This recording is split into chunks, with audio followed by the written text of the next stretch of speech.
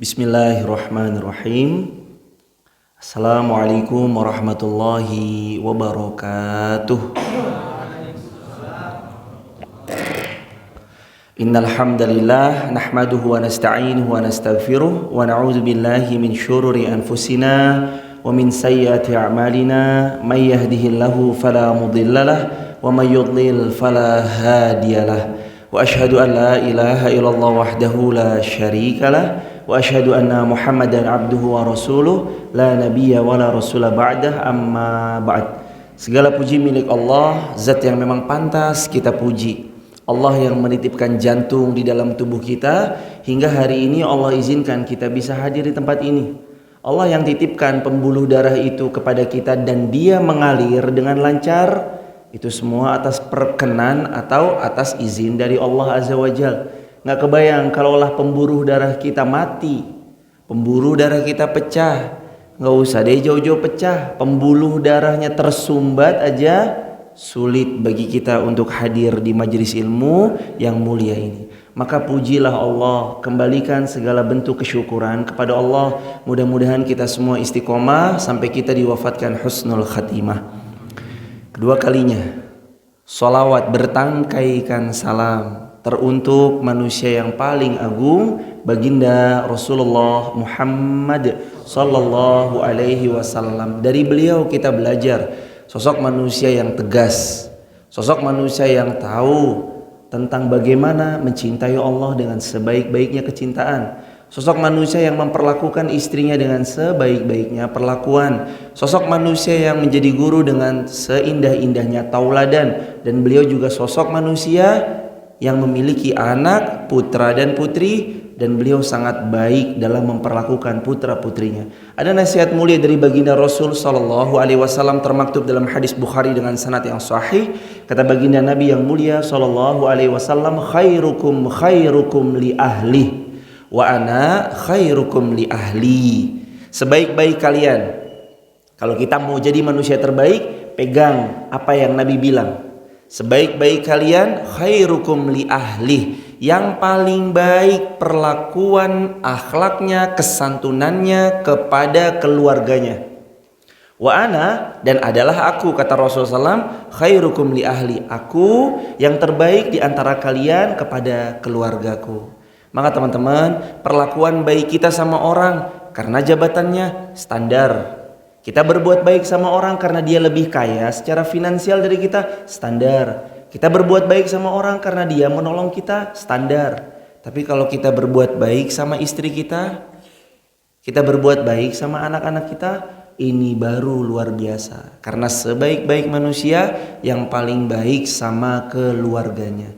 Yuk teman-teman yang disayang Allah, saya mau ngajak teman-teman, mau dapat kemudahan, mau dapat kelapangan hidup, coba buka Quran surah Al-Mujadalah ayat yang ke-11. Syarat dapatkan kelapangan, kemudahan ada di kalimat awal-awal Al-Mujadilah atau Al-Mujadalah ayat yang ke-11, di mana Allah berfirman, A'udzubillahi minasyaitonirrajim. Ya ayyuhalladzina amanu idza qila lakum tafassahu fil majalis fafsahu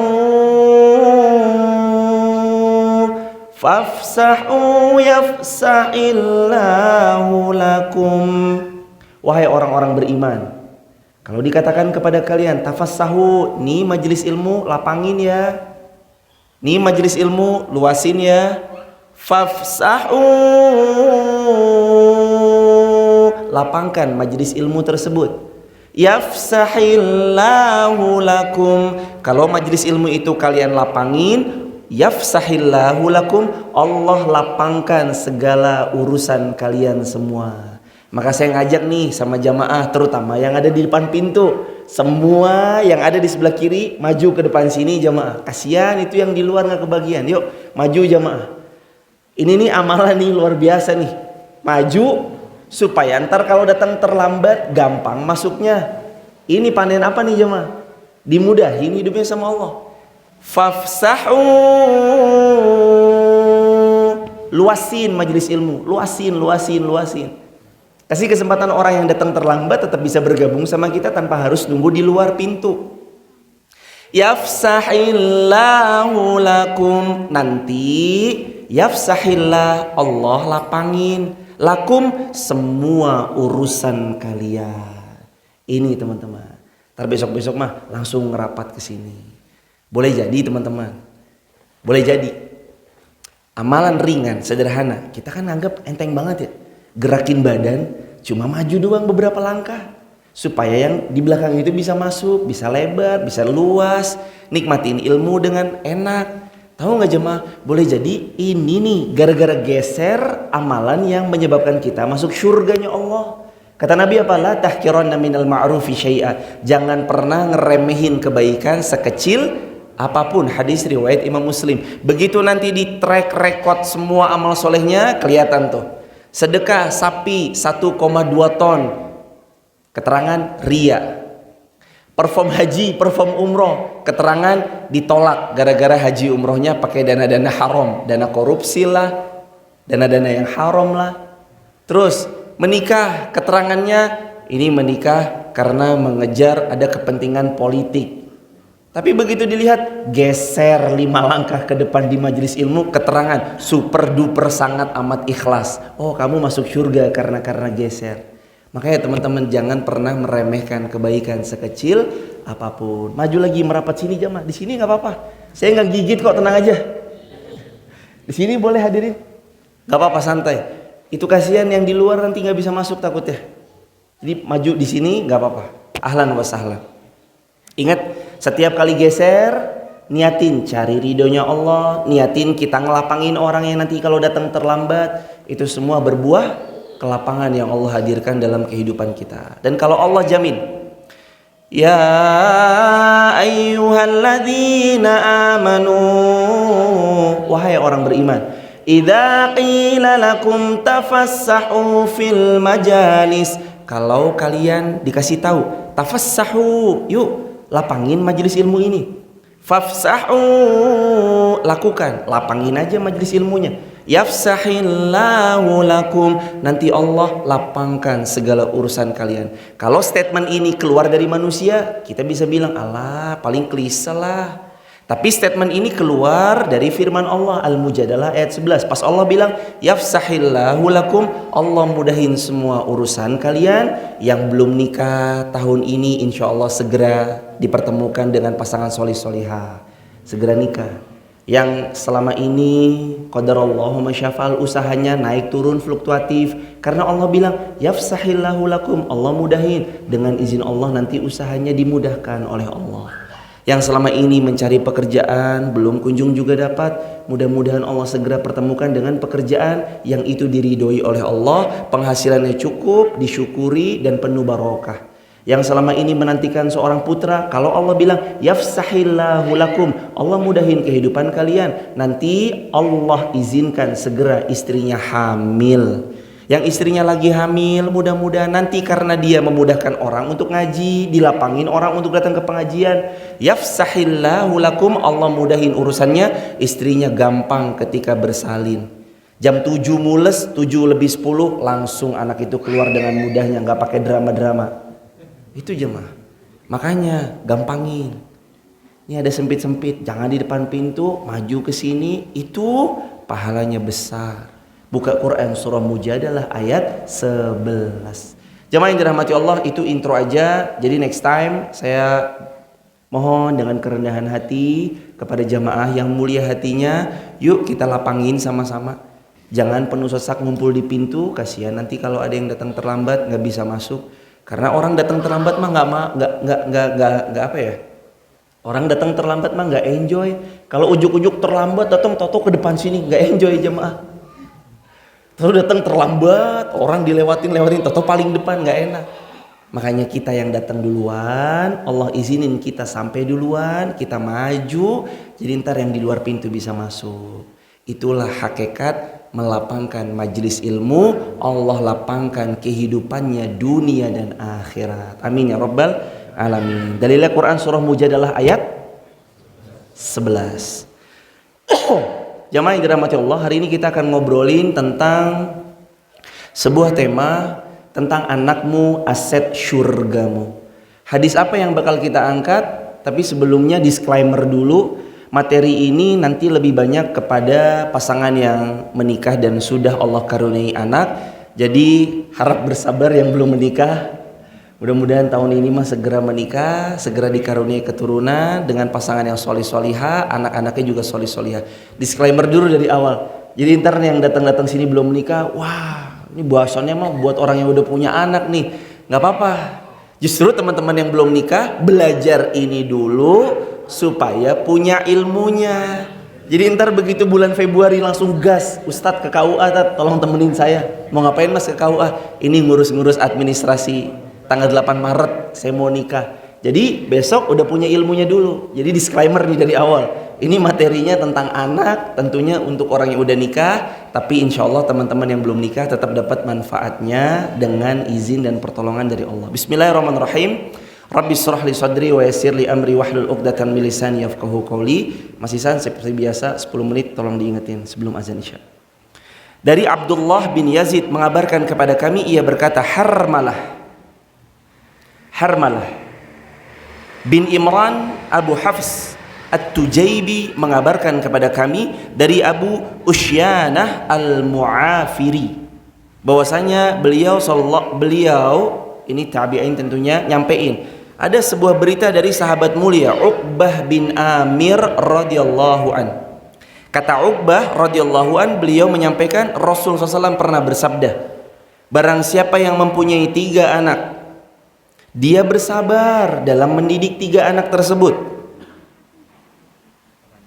serta mereka diberi pakaian yang layak oleh orang tuanya dari harta yang halal yang dia fasilitasi bagi keluarganya, maka 3 anak tersebut menjadi tirai baginya dari siksa api neraka. Hadis ini derajatnya sahih, riwayat Imam Ahmad. Bicara hadis Ahmad tadi teman-teman, ada 3 poin. 1, orang punya 3 anak. 2, dia didik dengan pendidikan terbaik. 3, diberikan pakaian dengan pakaian yang terbaik, yang tentunya kesemuanya berasal dari harta-harta yang halal. Kalau dia bersabar dalam membersamai mendidik anaknya, besok 3 anak itu menjadi penghijab, tirai dari siksa api neraka. By the way teman-teman yang dimuliakan oleh Allah Azza wa Jal, kok bicaranya 3 anak tadi di awal? Apakah benar 3 anak? Jawabannya hadis Ahmad 3 anak. Tapi dalam riwayat lain 2 anak. Dalam riwayat lain bahkan 1 anak pun kata orang yang mengikuti di belakang itu, karena ini hadisnya itu latar belakangnya, behind the scene hadis itu ada seorang ummahat, ibu-ibu itu jadi minta request sama Nabi SAW. Kata ibu-ibu begini, ya Rasulullah, laki-laki telah banyak pengajian bersama Anda, sedangkan kami perempuan limited edition kalau ngaji sama Anda. Izinkan kami punya waktu luang bisa mengaji secara spesial pengajian untuk ibu-ibu kepada Anda atau bersama Anda ya Rasulullah. Akhirnya Nabi bilang, ya udah kalau gitu tentuin waktu, tempat, tanggal dan segala macamnya. Akhirnya ummahat itu nyari schedule, dicocokkan, schedule-nya cocok sama Nabi. Akhirnya Nabi buka kelas khusus ummahat. Tapi ada sahabat-sahabat kayak Abu Hurairah, kayak sahabat mulia Abdullah bin Mas'ud, itu selalu nempel banget sama Nabi. Maka sekalipun kelas ummahat, beliau tetap ikut walaupun berada di tempat yang berbeda di balik tirai, tapi suara Nabi tetap kedengeran. Nah jadi ini nih behind the scene-nya kelas ummahat. Ada ibu-ibu yang waktu itu ngaji sama Nabi nanya begini, ya Rasulullah, saya punya anak 3 orang wafat sebelum baliknya. Bagaimana pendapatmu? Kata Nabi yang mulia, anakmu 3 wafat sebelum baliknya, penghalang dari siksa api neraka. Ada ummahat lagi, ibu-ibu dalam kelas tadi nanya, ya Rasulullah, anak saya 2 meninggal sebelum balik, apakah saya juga dapat penghijab dari api neraka? Kata Nabi, 2 anak juga iya. Terus sahabat yang mendengarkan pengajian itu dari balik tirai, sahabat inilah yang mengatakan, kalau ada ibu-ibu nanya, kalau 1 anak gimana? 1 anak juga iya, penghijab dari siksa api neraka.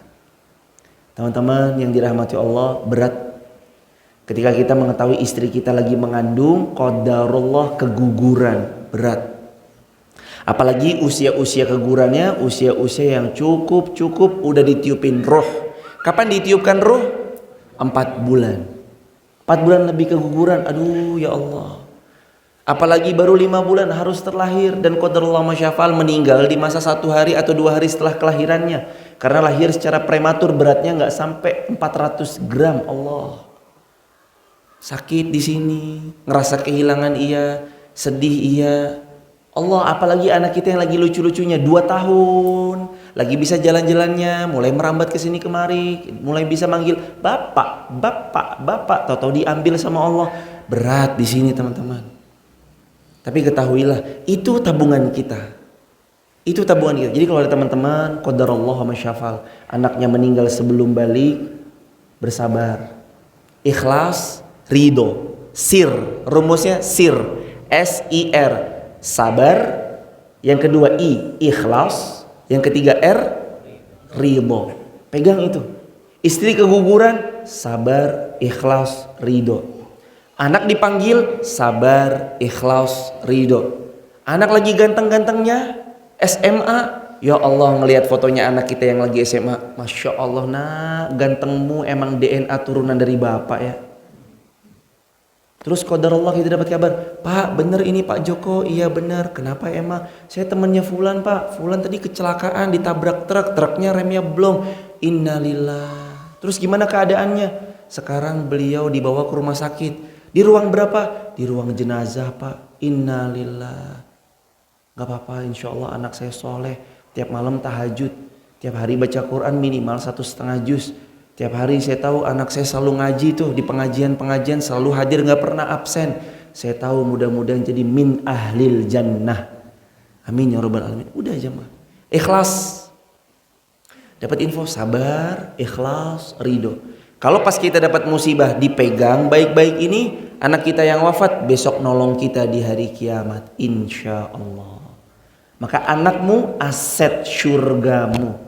Kenapa kok kalimatnya aset syurga? Karena pas Nabi bilang itu jadi tirai bagimu supaya kamu gak masuk dalam api neraka. Berarti kalau dia menghijabi kita dari siksa api neraka, anak itu menyebabkan kita masuk ke dalam syurganya Allah Azza wa Jalla. Anakmu asetmu.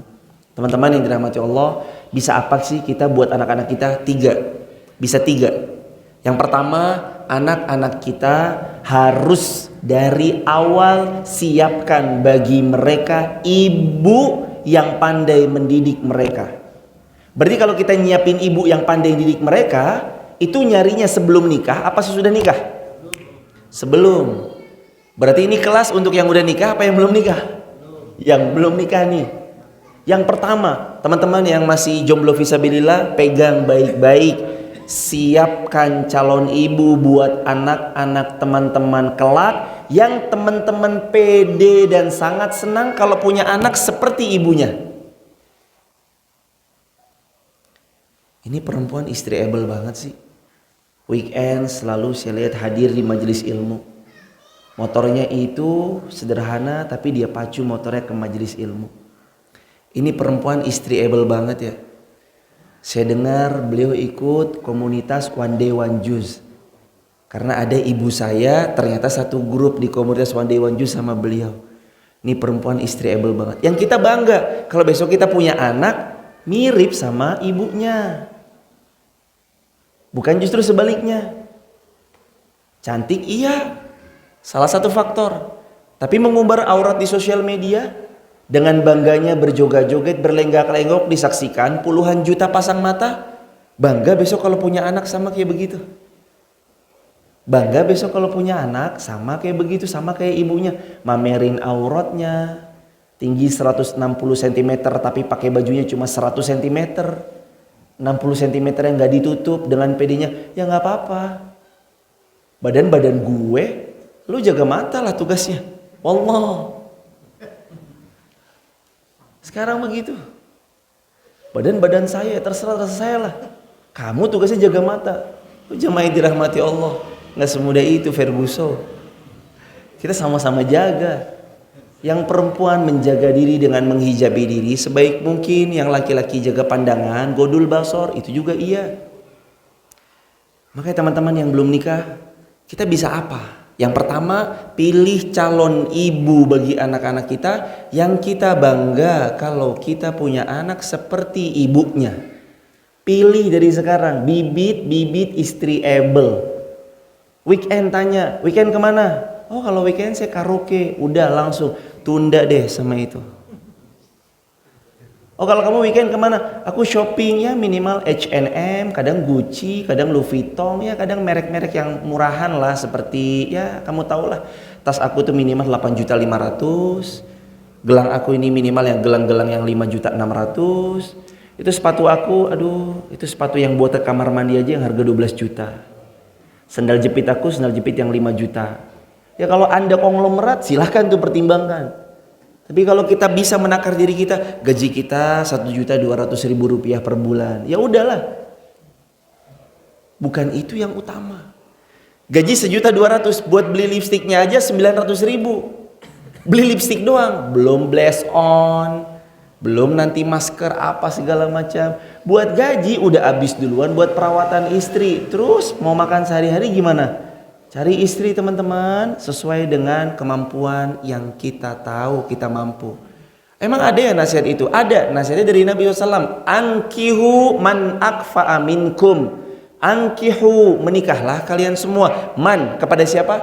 Akfa'a, yang sekufu minkum, dengan kalian. Pilih calon istri sekufu, itu wasiat Nabi, sabda Nabi SAW. Boleh aja, Pak Ustadz, istri saya kaya raya, konglomerat, kemana-mana naik mobil, apa segala macam. Boleh. Tapi pastikan kalau besok dia menjadi istrimu, dia tetap menghargai suaminya adalah kamu, walaupun gajimu cuma 1.200.000. Buat beliin bensin Alphardnya sebulan aja nggak nutup tuh 1.200.000. Pastiin kamu nggak jadi supir dan difungsikan cuma untuk cuci mobilnya di rumahnya yang megah bak istana itu. Pastikan itu. Laki-laki harus punya wibawa. Quran surah 4 An-Nisa ayat 34. Ar-rijalu qawwamuna 'alan nisa. Laki-laki itu pemimpin untuk perempuan. Pemimpin. Maka kalau laki-laki yang bensin, yang tasku robek, beliin tas dong. Yang HP aku, beliin dong handphone baru.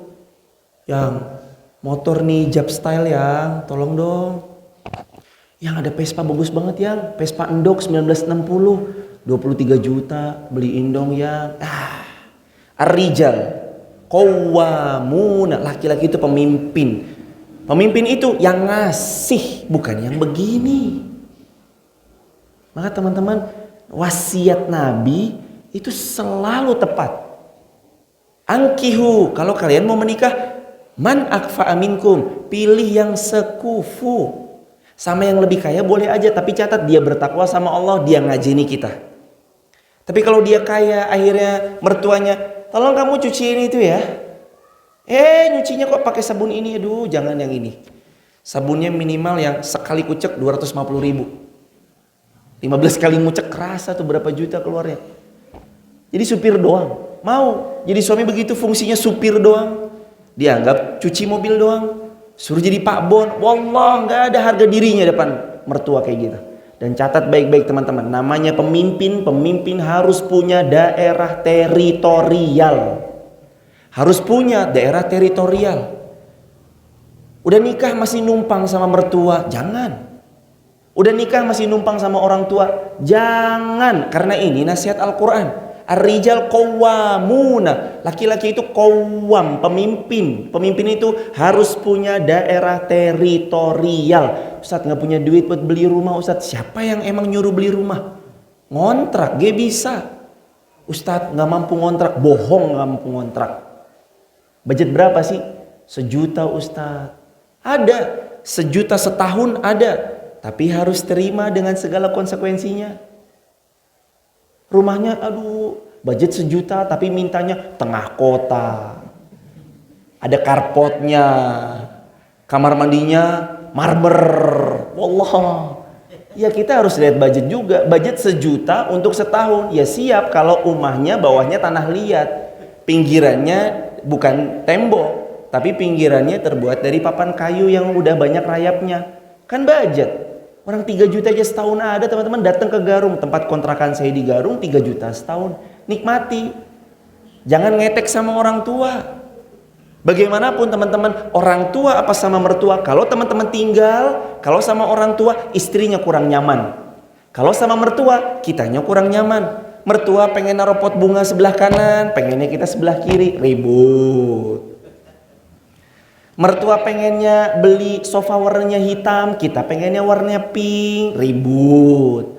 Paling enak makanya rijal, laki-laki qawwamuna 'alan nisa, adalah pemimpin bagi perempuan. Maka saran saya dari sekarang untuk teman-teman yang hendak menikah, 1, cari calon ibu yang nanti siap bagi teman-teman, senang kalau punya anak seperti ibunya, sesolihah ibunya. Tentu kepantasan itu berlaku karena Allah berfirman ada hukum kepantasan.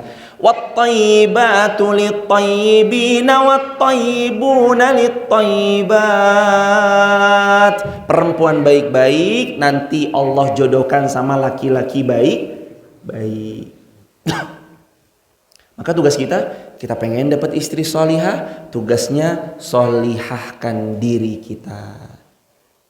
Jangan ujuk-ujuk didatangin wanita solihah, udah kasih kode supaya segera dilamar. Jawabannya, kamu terlalu Masya Allah untuk aku yang astagfirullah.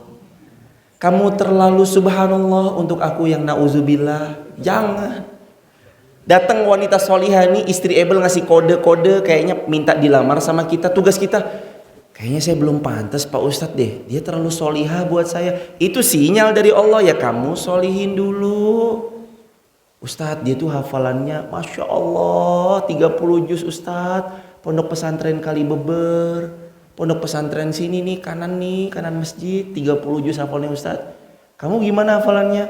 Alhamdulillah triple cool. Yaudah, saatnya bangkit, ngafalin lagi dong. Ngafalin lagi. Pantasin diri. Kalau ada sinyal kebaikan itu jemput, ambil. Apalagi wanita-wanita baik, laki-laki soleh, itu jumlahnya selalu limited edition. Yuk jadi yang limited edition itu. Maka tugas yang pertama, ingat, ini buat yang belum nikah, cari ibu yang kita seneng kalau anak kita seperti ibundanya. Akhlaknya, santunnya, tutup auratnya, dan segala macamnya. Yang kedua, tugas kita sebagai orang tua mengarahkan. Udah, ngarahin. Teman-teman ingat ya, jangan putus asa.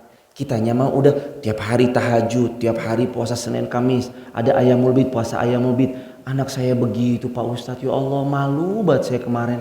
Kenapa? Dipanggil BK. Kenapa? Katanya anak saya ngelemparin, ada temennya perempuan, rambutnya dilempar permen karet. Sampai pulang katanya itu perempuan nangis, terus sama ibunya dibotak. Allah, kasihan banget ya Allah. Anak saya bandelnya luar biasa Ustaz. Tugas kita mengarahin jamaah. Masalah hati punya Allah. Apakah kita lebih baik dari Nabi Nuh? Enggak. Nabi Nuh, Nabi. Rasul bukan? Rasul. Dicintai Allah enggak? Dicintai Allah. Anaknya Kan'an, istrinya Nabi Nuh. Siapa istri Nabi Nuh? Bunuh. Iya kan?